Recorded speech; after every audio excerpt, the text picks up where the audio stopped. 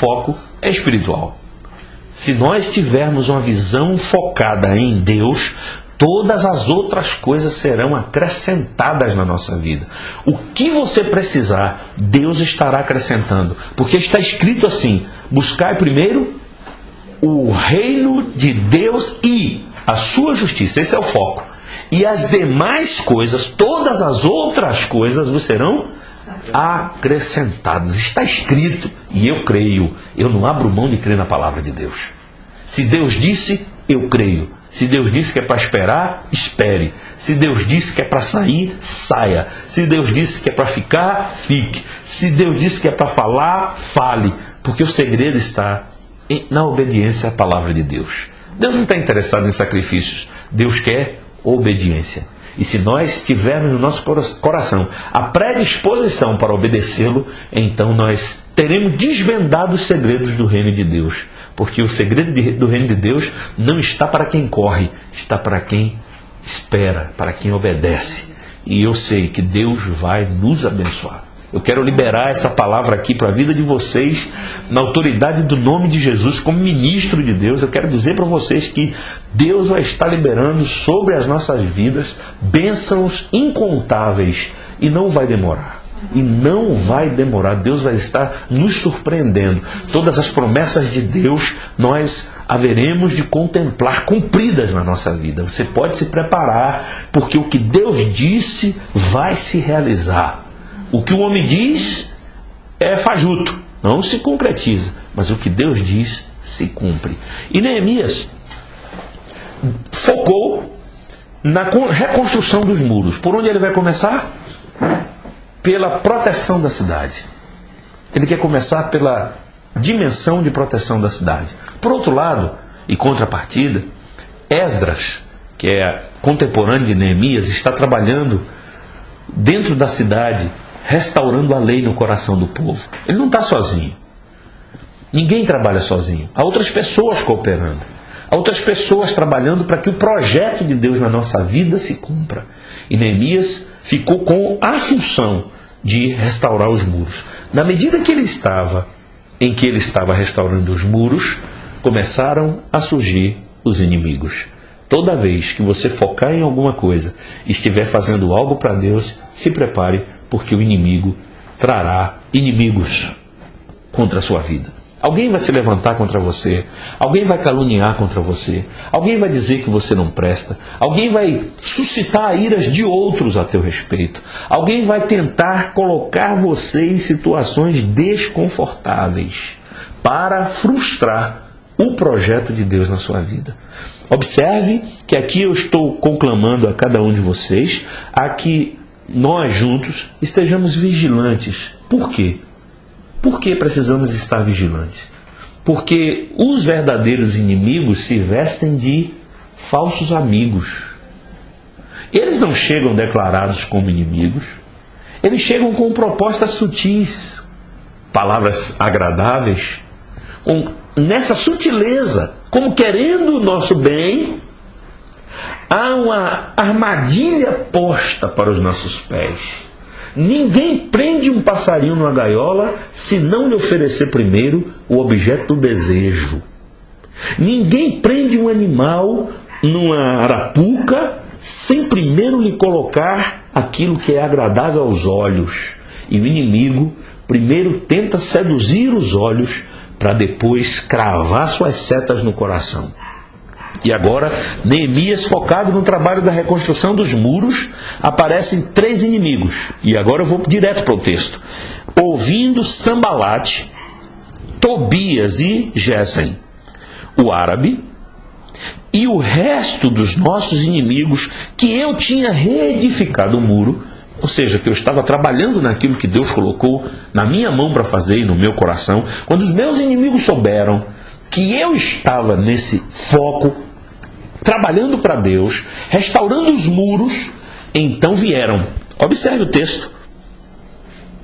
E que nele já não havia brecha alguma. Esse texto para mim é interessante. Primeiro ele restaura os muros. Ele faz uma restauração completa do muro de Israel em toda a sua circunferência. Depois ele tapa todas as brechas, as fissuras que havia no muro. aqui fica uma lição espiritual para nós. Se a gente vai começar uma tarefa interna de restauração das nossas vidas, a gente primeiro precisa fechar os muros em torno de nós para que o adversário não tenha acesso. O inimigo não está contente em você reedificando os muros da sua família, seu casamento, da sua vida pessoal, da sua vida com Deus.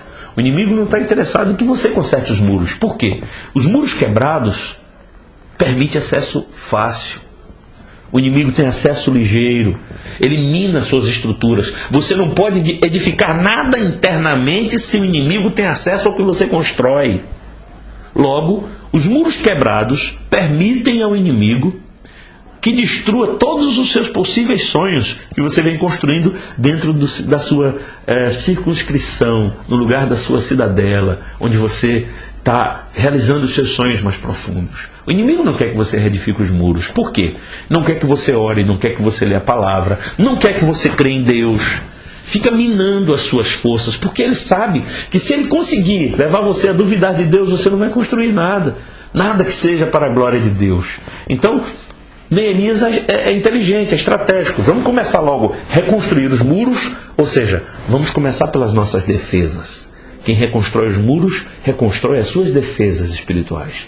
E quem ora, está reconstruindo as suas defesas. Quem lê a palavra e medita nela, está reconstruindo as suas defesas. Quem tem a possibilidade de falar em mistérios, em língua diante de Deus, está orando, buscando a presença dele, está se edificando, está reedificando os seus muros. Restaurar a comunhão com os irmãos, restaurar a comunhão com quem você está rompido, é uma forma de restaurar os muros. E não pode deixar brechas, porque o inimigo ele não precisa de grandes espaços.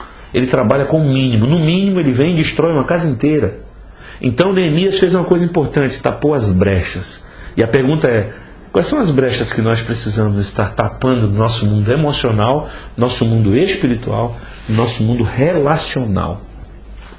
E no contexto familiar, quais são as brechas que a gente precisa estar restaurando? Essas brechas podem falar de coisas que não vão muito bem dentro de nós. As nossas angústias, as nossas inquietações, as nossas iras, o não perdão. São brechas que o inimigo se utiliza. O ressentimento, a mágoa, a amargura. A gente precisa se ver livre disso, porque isso é brecha para o inimigo. Não adianta estar orando e você não perdoou. É um muro que foi levantado, você está orando. Mas as brechas existem, você não perdoou alguém. Aí é uma brecha. E interessante que Neemias diz, olha, as portas, as brechas estavam tapadas, mas as portas ainda não estavam nos portais. Peraí. Então quer dizer que os muros já estavam postos, mas estavam sem portas? Os acessos estavam abertos. Por isso o inimigo chegava para trazer más notícias para dentro. E veja, o texto vai dizer assim, e nele já não havia brecha alguma, embora até esse tempo não tinha posto as portas nos portais. Sambalate e Gesem mandaram dizer-me, vem, encontremo-nos numa das aldeias na planície de Ono. Porém, inventavam ou intentavam fazer-me o mal. Quero dar uma explicação disso aqui. Em primeiro lugar, Sambalate, Gesem e Tobias eram inimigos declarados. Neemias sabia disso. Eles estavam vindo com uma proposta e mandaram um recado dizendo, Neemias, para tudo aí, que nós estamos te esperando na cidade de Ono. E eu começo a mensagem aqui. Quero falar hoje sobre o convite para a cidade de Ono. A cidade de Ono ficava a 30 quilômetros ao norte de Jerusalém. Era uma cidade, perto da cidade de Lud, ou da Líbia. Essa cidade foi fundada por um dos filhos de Elpal. É um sujeito que vem da tribo de Benjamim, e seu filho, Semed, construiu essa cidade. E a cidade de On tornou-se um refúgio de pessoas que estavam foragidas, bandoleiros, e iam para lá se esconder. A cidade ficava num vale e ela se tornou uma espécie de Las Vegas. onde as pessoas vão para buscar todos os interesses, todas as licenciosidades, todas as coisas que são permitidas nas orgias, etc. Quando Sanbalat, Tobias e Gesem está dizendo: Neemias, larga os muros aí, larga a obra aí, larga o que Deus te mandou fazer e vem curtir aqui na cidade de Ono, eles estão dizendo para Neemias: há alguma coisa mais importante que o dever de fazer a obra de Deus. Você pode se dar ao luxo de curtir o prazer da vida. Vem para cá, nós temos coisas boas para você. Aqui tem muitas mulheres, aqui tem bebida, aqui tem todos esses prazeres que aparentemente traz muito contentamento. Vem cá para a cidade de Ono. E eu queria falar um pouco disso na nossa vida. Deus tem um chamado para cada um de nós aqui. E quando Deus chama alguém, Ele tem um propósito. Deus tem um propósito na vida do Gabriel, Deus tem um propósito na sua vida, Helder, Deus tem um propósito, Juliana, na sua vida, como tem em todos nós. Mas os nossos inimigos, que são muito sutis, têm aparência de amigos, estão fazendo propostas das mais diversas para nós. Eles estão propondo todas as coisas que parecem ser agradáveis a nós e que nos leva ao deslocamento da realização daquilo que Deus quer que a gente faça. Deus chamou você para edificar os muros. Deus chamou você para reedificar a cidade. Deus chamou a você para que você possa restaurar a adoração na sua vida, restaurar os muros do comprometimento com Deus, restaurar as brechas de uma vida fácil para estar dentro de um projeto de vida, de aliança com Deus, de comprometimento com Ele, de relacionamento com Deus. Deus nos chamou para isso. Mas o mundo está convocando a gente para a cidade de Ono. Deixa tudo. Você vai ficar aí mexendo com tijolo, com espada, com pá, com enxada? Larga isso tudo aí, vem para cá para facilidade. Para que orar? Para que ler a Bíblia? Aqui na cidade de Ono tudo é mais tranquilo. Você tem prazer, você tem gargalhadas, você tem... A gente pode descrever uma lista enorme de situações que parecem boas para nós. Mas a Bíblia diz assim: há caminhos que ao homem parecem ser bons, mas o final leva para a morte. Qual era a intenção de Sanbalat, Tobias e Gesem? A intenção era matar Neemias para parar a obra de Deus.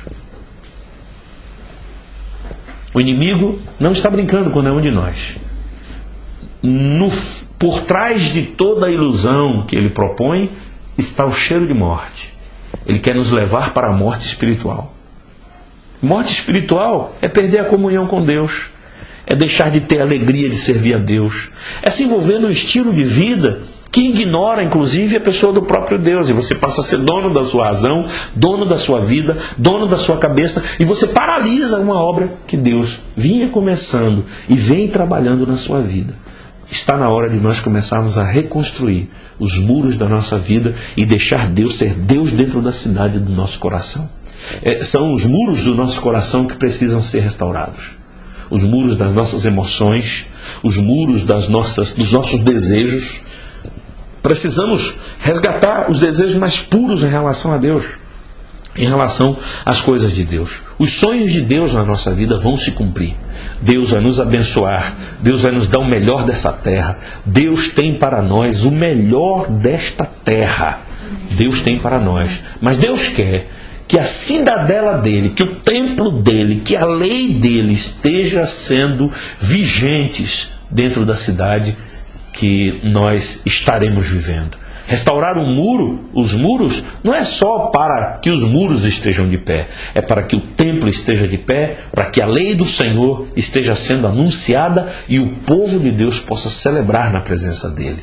Restaurar os muros significa deixar Deus ser Deus no centro da nossa vida. E o inimigo não quer. O inimigo quer levar a gente para a cidade de Ono, que representa aqui toda a facilidade, onde você vai ganhar dinheiro fácil, onde você vai perder a visão do reino de Deus, onde você vai se juntar a muitos amigos, a muitas propostas que não são de Deus, e você é um Neemias.